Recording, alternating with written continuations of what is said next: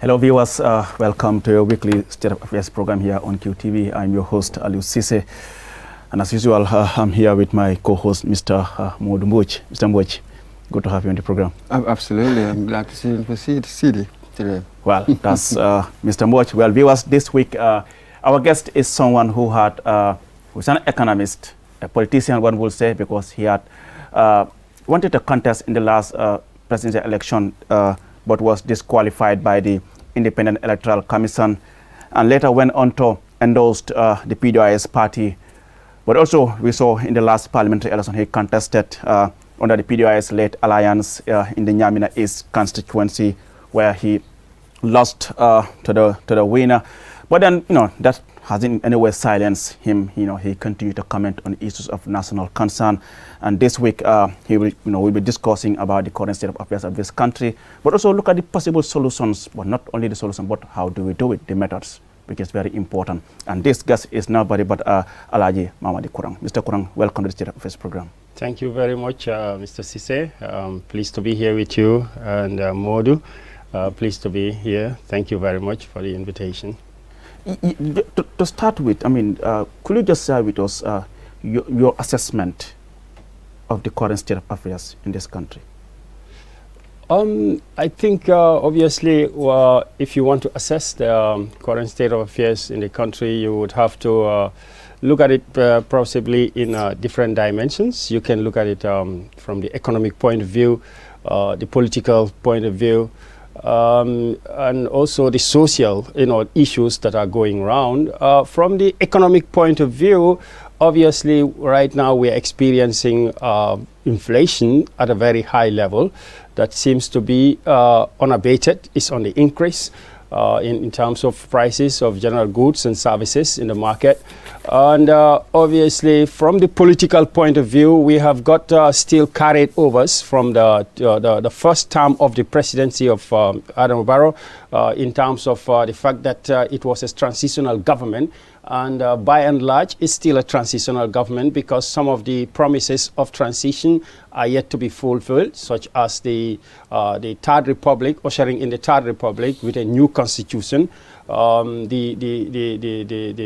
changes as well as the restructurings that we are expected to see in the security sector, in the civil service, and in the public service, and also in the economic institutions. These are all carried overs from. So we're still looking at these things as incomplete work in progresses. Socially, obviously, the state of affairs in the country, we could look at it. The major issue is the people, the citizens feeling kind of jittery in terms of the security level, the increase in our perception. The statistics of the police may say something different, but the public perception is that security is a concern in terms of armed robberies seems to be on the rise. So I think these are some of the issues. There are also health issues that people are very concerned with the recent disaster AKI. of the AKI. It's a very major concern. The agricultural sector, I'm just from the provinces yesterday. Farmers are very worried, right? Obviously, they know the fertilizer issue have come and gone. Not yet gone, come, but still here with us. But what they are more concerned with is what is going to be the prices of the goods, for example, peanut, right? Last year, it was about $28 per kilo. In the increase in fertilizer, there is a worry that the cost of production have gone up, and it is suspected that the market price would respond, which comes from the government. So these are the big issues. Education obviously is a continuous issue. People are concerned with the quality of education, particularly at the secondary or the primary level. So I think this is a summary of some of the issues. And now let's look at the economy. We all know we are still trying to recover from the impact of the COVID-19 pandemic. Gambia is not alone as far as the impact of the pandemic on the economy is concerned. Yeah. What do you think should have been done in order to address the impact of the pandemic on our economy? Because you once said, and I quote, you said our economy is on a life support. Yeah, the pandemic we know was what we call in economics major shock. It was a major shock for the Gambia because it affected us in a number of ways, and most recognizable among that was that the tourism industry, which we depend on so much, was completely devastated by the pandemic. And I think, people in the industry would still admit that the tourism industry is still on its knees since after the pandemic. So this is one of the major areas, and we see this reflected in so many other economic variables, economic areas in the country. We see it reflected in the rate of unemployment on the increase since the pandemic and not going down in any way. And we see it in the effects on the dalasi, because the tourism industry is a major source of foreign currency. So if the tourists stop coming, well, foreign currency basically stops coming. And as a result, we see the pressure on the dalasi is much, much higher within the past couple of months or, few years. So, and these are issues which the government, I think different countries all over are actually resorting to see how, to address this in so many ways. Tourism is a very dynamic industry. The tourist market, there's a different target markets. I know that we have a low level market. The bulk of our market in the tourists is the low spending tourists, and the government would really have to look at how to diversify this market, into ecotourism and other markets that we have traditionally not sourced before, to see how to maintain, because we know that there are some countries actually affected by the pandemic, but immediately right now they have recovered because they have tried to see how to manage with the tourist industry. I mean, before I bring in Mr. Mboj here, I mean, you've talked about what you think government should do. I mean, just last month, I mean, you had the president who was at the National Assembly where he delivered the State of the Nation address, where he turned to address most of these issues. I mean, what's your take on that address by the president? Or if you were in his shoes, how would your State of the Nation address sound like?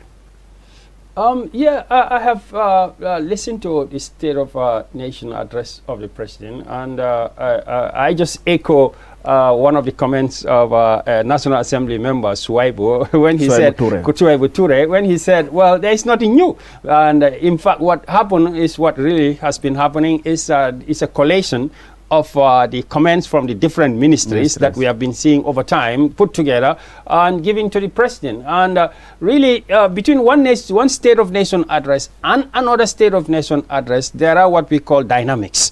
Things have changed. And then obviously there are also issues which are very urgent, that needs to be given the urgency. They are not normally, you would say, normal ministerial or departmental issues, but they are issues of the moment. At the time of his address, I think flooding in the country was a major issue at that time, and the issue of obviously fertilizer. And flooding, I don't think it was thoroughly dealt with by the president's thing, and it is a present danger and also a possible future danger. So what people wanted to hear from the president in terms of flooding was that, well, this is what is happening.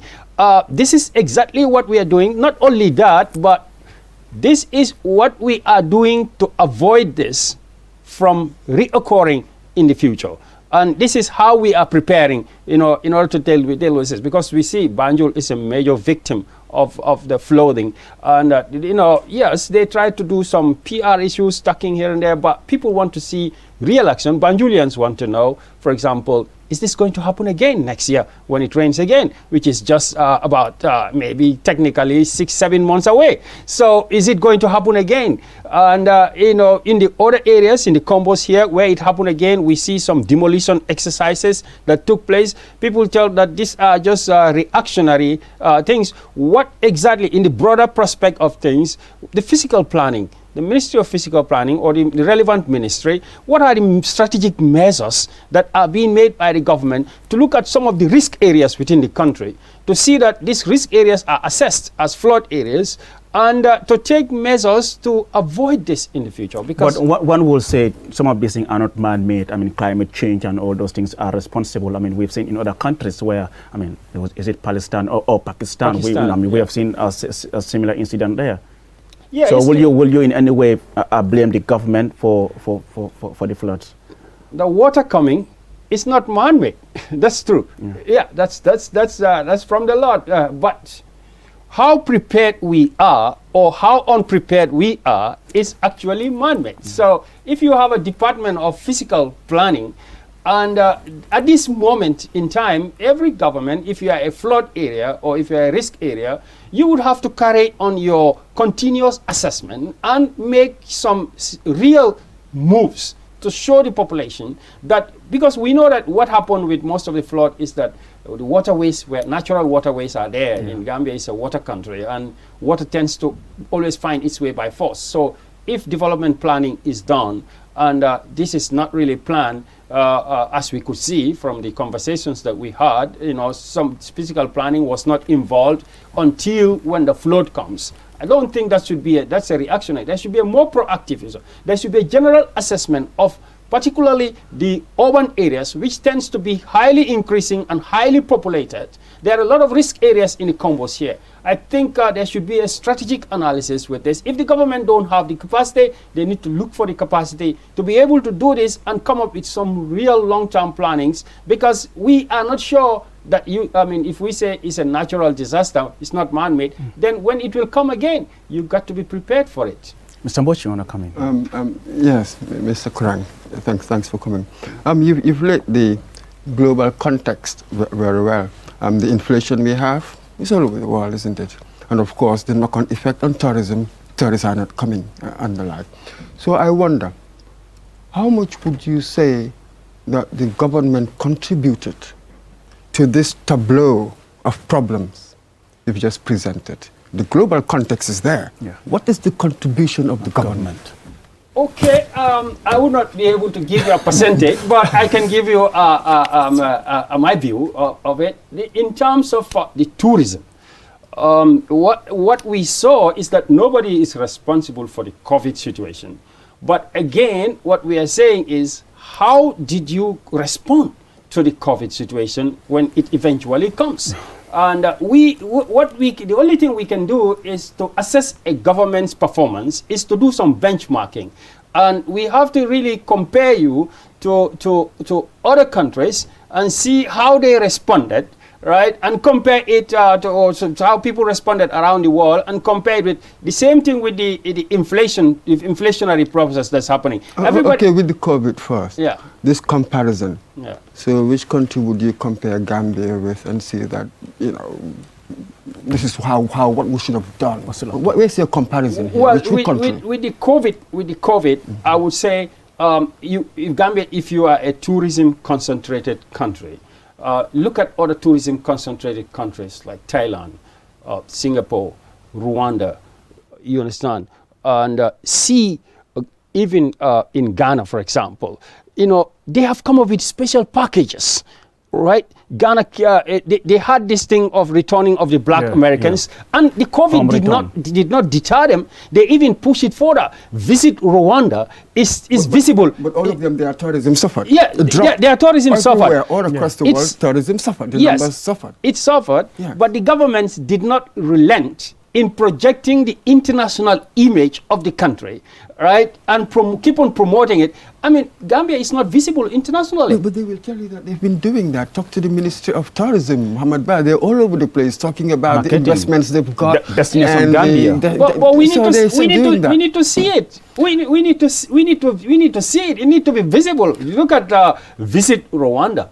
You just need to watch the premiership, and Visit Rwanda is there. But isn't that the key? Ghana, you need to watch CNN.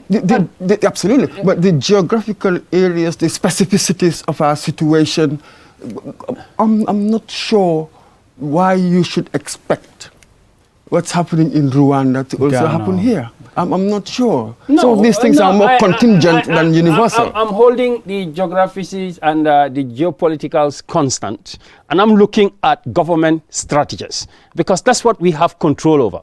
I think when you want to assess, you have to look at variables that you can control and those variables that you cannot control. We are Gambia, and we are Gambia. We are located in the west coast of Africa. That's why we cannot change that. So what variables could you have changed? What variables do we have control Yeah, that's over? why I mean the marketing variable, the international visibility is one. Two is we just have a recent issue in the airport.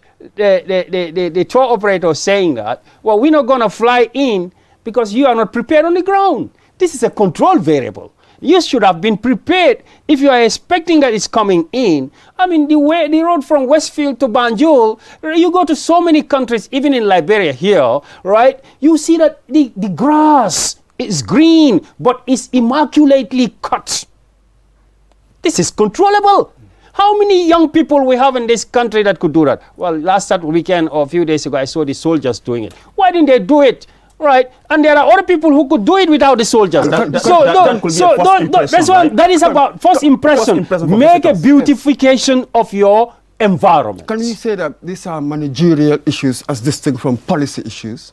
Yeah, but regarding tourism, yes, the managerial stuff. Which body on the ground is responsible? We have lots of questions to ask. But the government, you know where I'm coming from. Yeah, the managerial shortcomings, one thing. Yeah. The policy elements as well, quite another, isn't it? Yeah, but the government has control over both the policy and the managerial. At the managerial level, a government is a complete embodiment, right from the grassroots all the way to the top of the decision-making process, the cabinet. Then you have the departments, the Department of Environment, you have the Board of Health, the cleaners, etc. The government has a whole toolkit of the process. So you cannot say it's just policy, not money. They have a complete control, right? They work with the area councils, etc. They have their own Ministry of Health, etc. These are all taxpayer investments. So when we say make the country look presentable, we think that the government, it is the Ministry of Tourism. I'm sure they spend money on issues that they could easily clean the environment, just for the tourists to have a nice view when they come. I mean, you talk about the issue of visibility. You're talking about the Premier League. You say visit Rwanda. In the case of the Gambia here, I mean, what will you point to as products that you think can really attract people to visit the country? Because that also matters. The products. Exactly. Apart from the environment, the products. The infrastructure is very important, is one, because when tourists don't want to be bogged down with your traffic system. You understand? If you are doing the roads, do them quickly and efficiently. Don't waste time. Two, you've got to invest in the tourism infrastructure itself. Well, we know that it is not government's business to build lodges and ecotourism, etc. But it is within your purview to be able to come up with appropriate strategies to make the environment conducive for the private investor to come in and put in money. This is with it, and the government knows that, because that's why they have the Ministry of Tourism Promotion, not tourism, investment, GAIPA, the Investment Promotion Board. Yeah, these are tools. Actually, one of our main investment areas, apart from agriculture, is tourism. So if you have an investment board, well, they got to be set some targets, some specific targets, and we need to see these targets, and we need to see how far they have gone to achieve these targets of bringing in foreign direct investment into the country. We cannot just set up a whole department, and be paying it taxpayer money, and then we are not holding them to account. So you think there are no targets for them? Do you know for certain that there are no targets? I don't know, but what I want to happen is that I want these targets by the government to be communicated to us, that we have this target to bring in this amount of foreign investment. Have you been to their website to find out whether they've actually communicated? This is one of the ways of communicating these things, to upload things on the website. Have you done so? Well, the government should communicate to me while I'm lying on my bed. We're still looking at the economy. I mean, you were talking about tourism, because tourism plays a key role in our economy, contributing 25% to our GDP. I just want you to tell me, as an economist, I mean, looking at our current realities, I mean, what does the future of our economy looks like? Well, the future would depend on some key things. I think we are still a largely agricultural dominated population. And I think one of the key things that the future will depend on is to what extent can we feed ourselves? Because the future economic outlook, food prices is a major threat to the standard of living of people. And that, to a large extent, agriculture never goes out of date. no matter how much the technological advancement, agriculture can never go out of date. The United States of America and most of the Western powers still have their foodstuffs. They call them strategic reserves. Assuming that they go into some emergency or unforeseeable disaster happens, they have to be able to feed their population at least for a certain amount of time. That shows you that agriculture never goes out of date. So to what extent we feed ourselves depend on to what extent the government invest and seriously invest in the agricultural sector. And I am not seeing the current government come up with a long-term vision. Right? Well, we have heard about a number of visions in the National Development Plan and the renewed version, but we need to see this going into place. Right now, it's not just about the government saying they want to invest. The strategic partners are the farmers. They need to see that vision, and they need to feel the effects. I think this will determine what happens to The second thing is what we call in PDOIS building the productive base, right? It's not just tourism and agriculture. The productive base of the country has to grow. There are some natural industries that could easily be encouraged in Gambia that, would depend on local resources and material. People will tell you that the Gambia used to produce processed groundnut peanuts into peanut oil.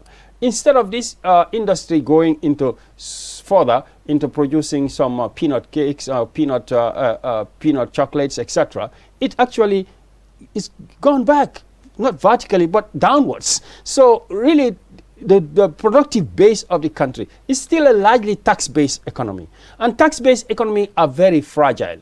Right? What makes them fragile is they are more prone, right, more sensitive to global shocks such as the COVID, such as, wars that we may have in other countries. Those kind of global shocks affect tax-based country a lot. If you ask our tax economy or people in the tax department how much money they lost because of the tourism industry going down, it will be a significant drop, right, pressure on the tax income. So you can only take care of this if you produce. Mr. Kurang, we've been hearing about this for a very long time, since independence. Yes. How do we add value to these basic commodities and that sort of thing? And the fact that it hasn't really happened anywhere so far, African continent. You have some that have made certain strides, but consistently to a level, sizable level, it really hasn't happened yet. Every progress forward, and then suddenly you have to backslide 2 steps forward, 3, 4 steps back, that sort of thing. But I wonder, you mentioned PDOIS, and in fact, upon your disqualification, you gave them your support, you endorsed them. And this economics bit, I have all these schools of thought. You will help me here, you're the economist. The liberal market economics, neoliberalism, which we have now. You will hear about the socialists, you'll hear about the Marxists, the Chicago school. You have all of these different schools. Are you a socialist? You see, we in our press conference recently, the Honorable Khalifa answered that question very clearly when he had a debate with Fall, and Fall was saying, I'm a capitalist, so you are sort of a socialist. Those things don't matter. A U.S. president, for example, you cannot even know what a Democrat may call himself a Democrat, but he's got so many socialist policies. But in him, wouldn't dare say that he's a socialist because of the political because of the political. But really, so that shows you that what really matters is not what acronym or title that we give the politician, socialism. What matters is what policies do you have to move or solve these problems that we have on the table. Right now, but politics belong to categories. This is what I'm trying to bring out. That's why these are all traditions of thought. Yeah, when we go to school, right, we learn schools of thought. But that's our schools of thought in schools. Yeah. In practical life, we solve practical problems as politicians. So you got to ask yourself, what are the practical problems we have in the Gambia right now, and what solutions do they need? And when you take those solutions, for example, when we say that number one, we need to build a productive base. Number two, we need to think of some sovereign fund investment. Nobody is actually, to call this thing socialist or capitalist. Because when you go to Singapore, you find one of the most successful sovereign funds in the country. Yes. But when you go to Norway, you find it there. So if somebody else who belongs to the PDIS or any party says it, you cannot call him a socialist, because this has worked in some of the most free market economies in the world. That's precisely the point. So in fact, you said Singapore. That was what Lee Kuan Yew said. Yes. He said market economics, not the socialism of Nyerere or Kaunda. No. He said it at the Harvard lecture. Yeah, and he also said that this African idea of we belong to the socialist bloc or we belong to that bloc is not practical for him in Singapore. So when he met the African heads of states, he said to them, you have problems. You know your problems. Solve your problem. Number one, you have a corruption problem. There is nothing like a socialist or capitalist system.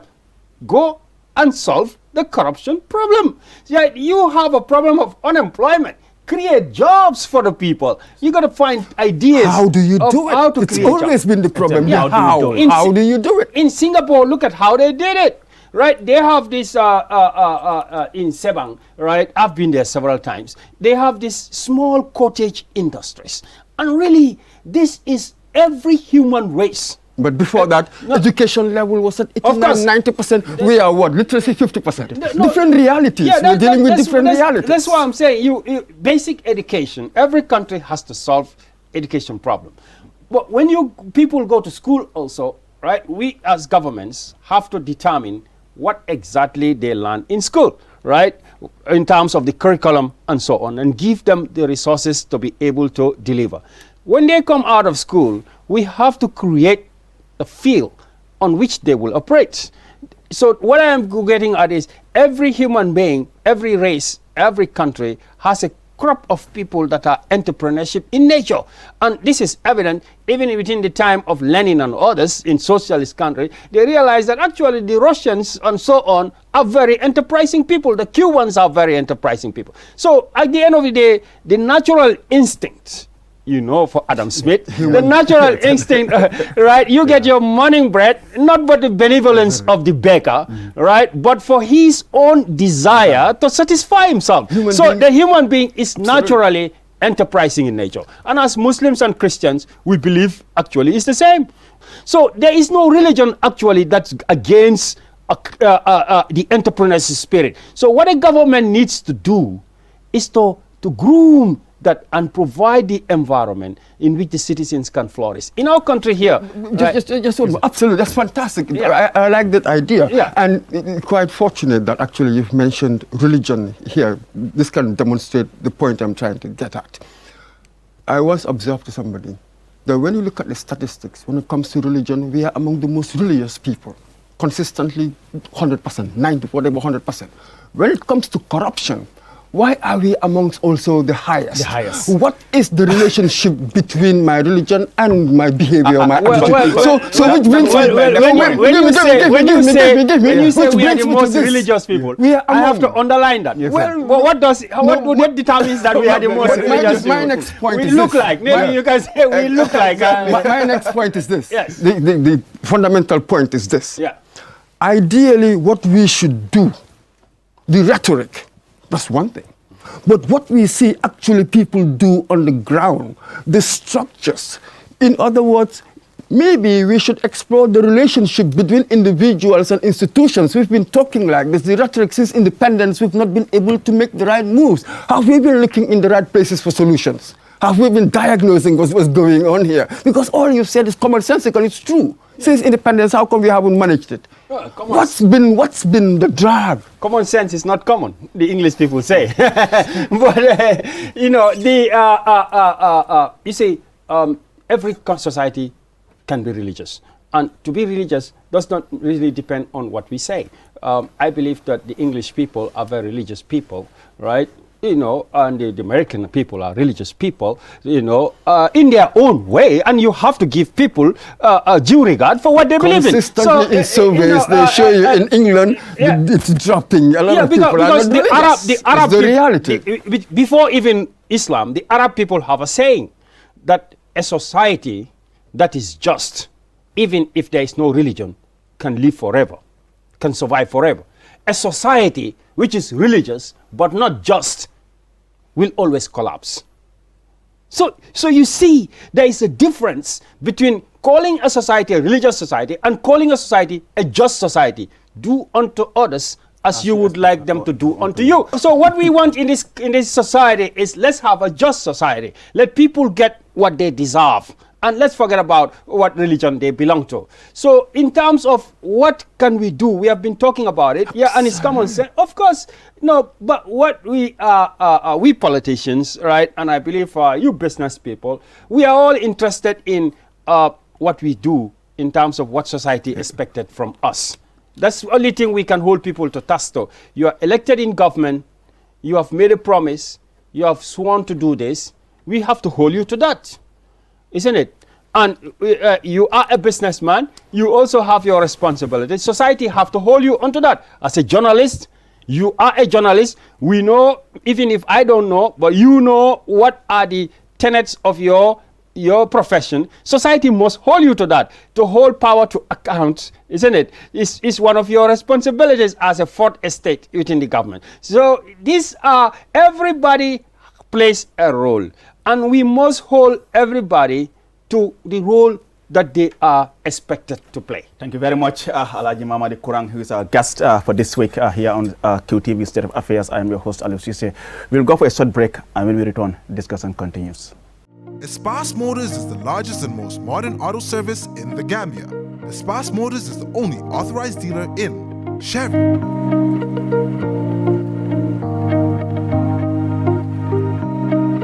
Mercedes-Benz trucks, Mercedes-Benz buses, Kia, Ford, Futon Mini and Midi buses, Futon trucks. At Espas Motors, we have qualified professionals who use modern technology to diagnose and repair all brands of motor vehicles. Espas Motors services include auto sales, auto repairs, vehicle painting, availability of high-quality spare parts, towing services. We are reachable at any time. Call Espas Motors on 352222 353-4444 or locate us on the Bertil Harding Highway.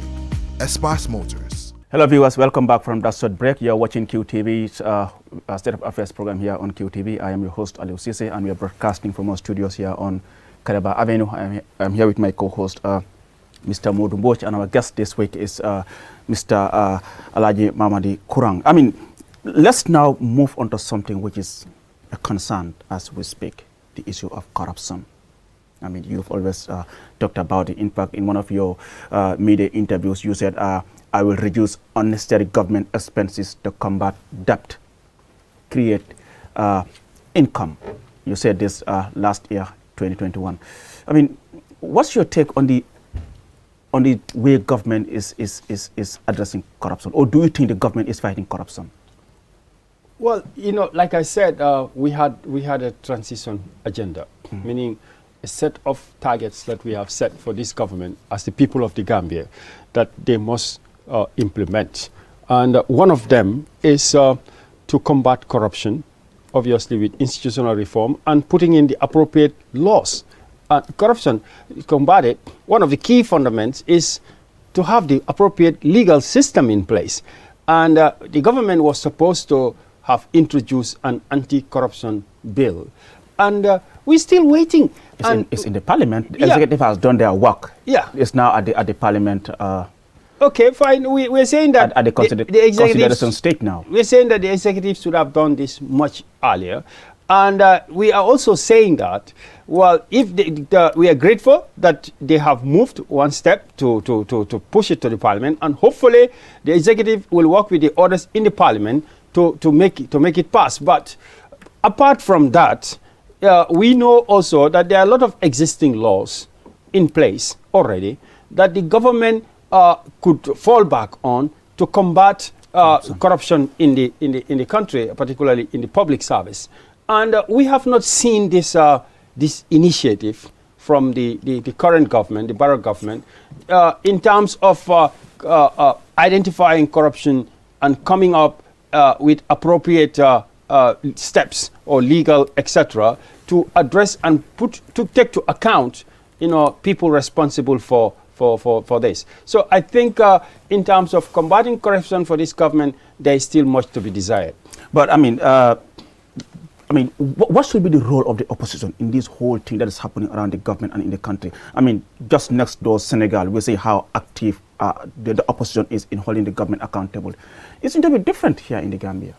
Well, I think the opposition are doing their bit. They are calling out the government to combat corruption, and when the journalists or newspapers, etc., report certain cases, you see us coming out and then calling out the government to follow it up and see that something is done about those problems. And obviously, I think that's all what the opposition can do. The opposition cannot go and say, oh, director so-and-so in some department is wasting money and buying flashy cars. Let's go and remove him from his office. The opposition can't do that. It is only the government that can do that. And we are always asking them to take steps. And talking about the issue of trying to reduce what you term as unnecessary government expenses, if you were to do that, what will you cut? Yeah, this is a very, very because there are two issues there. One is about actually removing what is not bringing value for the country. Such as? Yeah, such as traveling of government officials, right? There was COVID, and for 2 years they didn't travel, and we were going on. So what changed? But immediately after the restriction is lifted, people are traveling for every conference, every week, everywhere. This is money. This is foreign currency. So we know that this is, yes, it may be important, but is it necessary? So many of it, I'm not saying all of it, but so many of it are not necessary. This needs a drastic cut, right? Also, in terms of the vehicles they buy, the government itself has admitted in the past that we are spending so much money on buying so many expensive vehicles. They even, we all know, try to prevail on government departments not to buy certain types of vehicles, right? And recalling even some of them during the time of my father and others from some of the departments. We know about these things. So the government itself is admitting that this is a problem. They try to talk about withdrawing vehicles and fuel allowances allocations to the others. So the government itself was admitting a few years ago that these are problems. But isn't that a sign that the government is also equally concerned then, if they are coming out to admit that this is happening? Yeah, but those policies did not continue. They were just giving some hype after a few days. They're not reflecting in the budget. So they're still the excess is still there. So this is one aspect of it. The other aspect of the expenditure side of the government is prioritization. Prioritization of, apart from cutting, there you also have to prioritize. There are some which are more important than others. Again, I was speaking to when I was conversing with Swaibu. He was telling me, okay, you know, the road, the OIC road network from the airport all the way to Sting Corner, a 6-lane or 4-lane idea that was there. But what actually we all know is that there was already a functional road there. You understand? Now, why would you take 2, 3, 4, 5 billion, right, from away in order to dismantle the road that was already there, right, and then bring in a new one that is taking you so much time and inconvenience for the public? Instead, there are so many connecting roads that were already in the plan that has not been charged, that could have ease the life for the people, make life convenient for people, reduce the traffic jam. But those connecting roads were not prioritized. So the argument was that the planners or whatever, the policymakers, could have prioritized those comments. So this is just an example. What are these roads that you're talking about, connecting roads? Because we know that there are 20 new urban roads that are being constructed as we speak, even though, you know, I mean, at a very slow pace. They have been talked about for 5 years and they are still not in the pipeline. So, but these are some of the things. There are so many connecting roads in the Gambia. If you come from Senegal, if you move from traffic light and you want to go to a turntable, right? There is only one way. It shouldn't be like that. We know that there are so many ways. I lived in Kersering before. Those who live in Kololi will tell you, right? Those who live in Kotu will tell you. There are so many ways around back roads that should have been paved and ready for cars to move from Turntable. Look at how many people live from traffic light, Westfield, take the Sukuta Road, go to up to Turntable, and Turntable. That small network of people, the number of people who live there with vehicles and cars, and you still have no connecting road. You either have to move from traffic light, take Senegambia up to Turntable, or move from Serakunda Market straight Sukuta way. It's not good for business. But one will say these are things that could have been done by the previous governments. So you cannot entirely blame the current government for not having this connecting road, as you rightly mentioned, Mr. Kula. Yeah, but we know about the current government's 1 billion pledge from the European Union and the world donors, and we also know about the funding of these were just commitments. Do you know whether all those commitments were? Well, we had that. They did not receive all. That's one. That's fine. But we need to know why they didn't receive it, right? I think a government. We know that a lot of it is about because if you make plans and you make promises to donors, and donors will hold you account for the promises. So you got to fulfill your schedules, your timing, and your promises in order for you to get the money. We also know that there was money from OIC. I don't know exactly how much. I wish they could tell us. They would not allow us to speculate. But we know that this money still now, we have not seen what tangible. But the projects are ongoing, the OIC roads. Well, they will be ongoing. They are still ongoing. Mr. Kurang. Yes. When the World Bank publishes its economic update every year, 2022, you go through it, and they tell you from 2017 onwards 2018, the economy has been growing consistently until COVID-19 happened and the like. And yes, they sort of criticize, as it were, some aspects that government is doing. For instance, the office of the president also having so much the budget allocated to the office of the president, and perhaps not fighting corruption as we should. But generally, they sort of tend to endorse, give a positive tick for the performance of the government. How do you reconcile that with what you've been saying? Yeah, as an economist, I understand what is happening. Because when the World Bank comes and they want to tell you, okay, 2017 to 2019, the economy has grown, what actually they're doing is actually desk economics. You know, they take the figures from you, right? And they see that, okay, Standard Chartered Bank, right, registered growth of $1 billion increase in profit, right? Coca-Cola company registered that much growth, right? So much, to company regards. But actually, we know that these are true figures. Yes, fine, and they will give you increase in economic activity. But what is it always automatic? Are you questioning their methods? No, listen to me. I'm not questioning. What I'm questioning is the conclusion and how you ask me how it reconciles with what I'm saying. What I am saying is, what we are interested in is what is the impact on our life. And we know in economics, growth, as it is measured and reported in the World Bank, they themselves will tell you, does not necessarily mean improvement in lives of the people. And I'm trying to explain to you why there is this disparity. That's why I'm giving you an example of increase in economic growth is because of obviously how it is measured.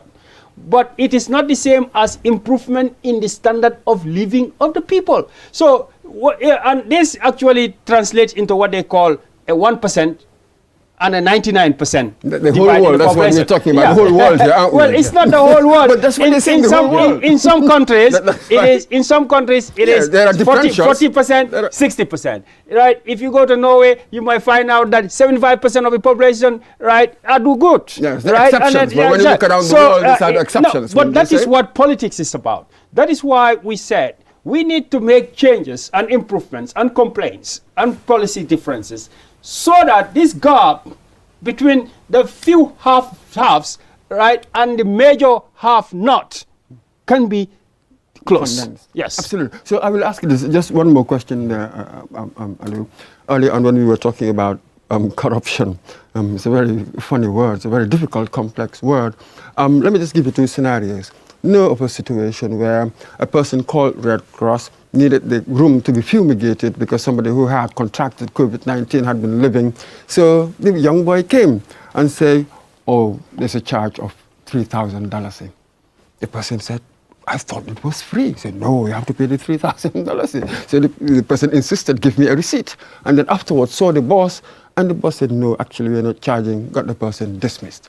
I know of another situation where this person could work with a NAWEC employee, and they would manipulate, somehow tinker with the cash power, and somehow he will get less, and the person would give him that. They normally say that the point of failure in administration is at the bottom.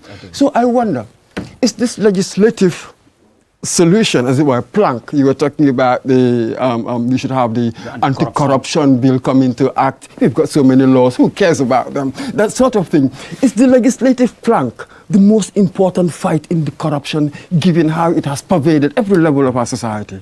Well, it is not the most important, and yes, you could say the point of failure is at the lowest level, the but bottom of the hierarchy. But yes. they also say the fish rots from the head. So at the end of the day, corruption is, and we have this thing in management that they say you can delegate authority, but the responsibility still stops at you. The box, in Americans say, the box stops at my desk. So where does it stop? At the desk of the president, and he has equipped himself with a team called a cabinet to help him deliver the promises that he gave people. So that's why cabinet, we say, has a collective responsibility, and they do a collective decision making. So you can have the laws which are the legal for the made by the parliament and for the judiciary to be able to implement them. But at the end of the day, the will of the executive, which starts with the cabinet, is paramount. So if in some country, in Singapore, when I went there, I was a student, and they told me in this country, right, corruption is given so much significance by the political class that at the time, there was even a minister who was caught accused of corruption, and before the trial, he committed suicide. So people get accused, and they are forced by the political class to resign because they. So these are all what culture the cabinet. You talk about a presidency. A presidency is not an individual, isn't it? Yeah. When we say president is individual, but presidency is more than one individual. The cabinet is, by and large, part of the presidency because they are not voted in. They are elected to help him deliver his mandate. So the culture that they create for themselves within that enclosure is significant. I would say is the most paramount factor in terms of fighting corruption. But this is exactly the key, the structure and the individual. Earlier, it appears as if we are pointing to individual failings as our problems. Is it that, or is it more basic, more structural? People behave the way they do because of circumstances, don't they? So perhaps there is something deeper that we have to tackle before we may get the individuals that we want. How you live as a collective is how you live as individuals. It's a reflection, it's a reflection of the other. Isn't the problem deeper than just blaming individual failings? How do you say that? I think you cannot just look at it from one point of view. I think it's a combination of both, because the mandate, when we talk about the mandate, there is an individual that is elected with a mandate to run the country for 5 years. And that is a social contract. And that social contract has got terms and conditions, which the individual is expected to adhere to and deliver to the people. So there is no way we can avoid holding that individual to account for the mandate which he has been sworn and voted in to deliver. But also there is a collective responsibility, right? At the same time that we have an individual responsibility and his team, the collective responsibility goes to every level of society. Like I said before, the media is part of that collective responsibility. The opposition has a role to play in that collective responsibility. The imam or the father in the church or the headmaster in the school also has a role to play. In the school, he has to make sure that the children mind is not corrupted when they are being brought up and they are being taught the right lessons about life. So there is both an individual element in taking the blame, and also there is a group or joint element in talking about it. You talk about the role of the opposition. In this case, how can we have a viable opposition in this country? Well, I think when we made changes in 2017, we are interested in having not only a good government, but in also having a viable opposition. And I think that's what we call the transitional agenda, to make sure that the democratic process stays in place, that there is a free media, that there is a rule of law, because without rule of law, you cannot have effective participation of the opposition. So to have and keep and maintain sound democratic principles, right, which we said has both individual and collective responsibility. A Minister of Health has some individual responsibilities as well as some collective responsibilities to deliver. The Minister of Justice, we expect him to come up and do certain things as the Minister of Justice, and also some collective things as a part of member of the cabinet. So we need sound democratic principles in this country, right, in order for us to have a viable opposition. And let's now move a bit, to something which is very important. The TRRC, is done and dusted. The report was out. Implementation. As a commentator, as a Gambian, what's your take on the implementation? I think generally a lot of us are feeling that the implementation is actually delayed because we need to see there are promises that the government made through the white paper to the population.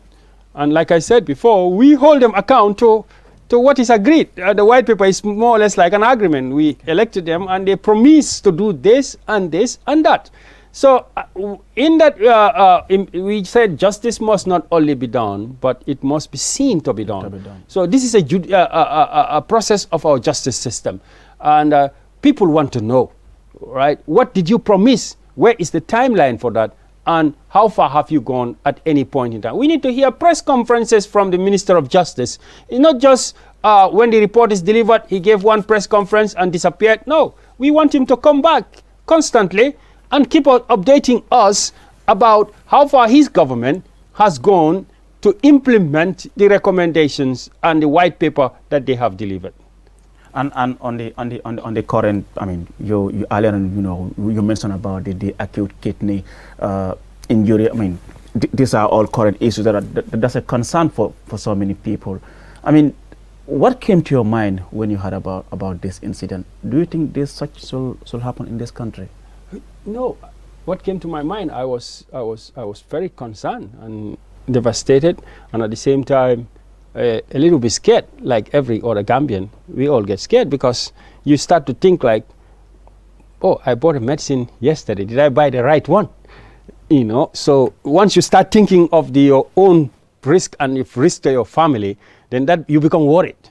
So every Gambian is worried because we're not just looking at the fact that 66 or more children died. We're also looking at how many could have died, or how many other medicines out there are actually not of the right type and really causing harm to the people without us knowing. So then we came to discover a lot of things during the conversation that's going on. We discovered that, for example, the tools and the laboratory technology that is needed to test some of these drugs coming into the country does not exist. And that was a shock to most of us and very disappointed. And we feel that the government should move very quickly to tackle that area. We look at the licensing system also, and we get worried because the license just seems to be like just like a business document that people can pass from one person to another for a fee, right? It's also a major concern, and I think the government is listening to that with some of the things that we're hearing, because this makes us very scared that things that we are taking in as medication can cause us harm because of loopholes, within the system. So these are some of the concerns. Thank you very much, Alaji Kurang. Well, with that, we bring an end to this this week's State of Affairs program. Mr. Mbodj, thank you so much for coming on the program. It's always a pleasure to have you on the audience. So I'm so CDC will join us next week, hopefully. Once again, Mr. Kurang, thank you so much for coming on the program. Thank you. Well, viewers, with that, we bring an end to the program. Do join us next week. Until then, bye-bye.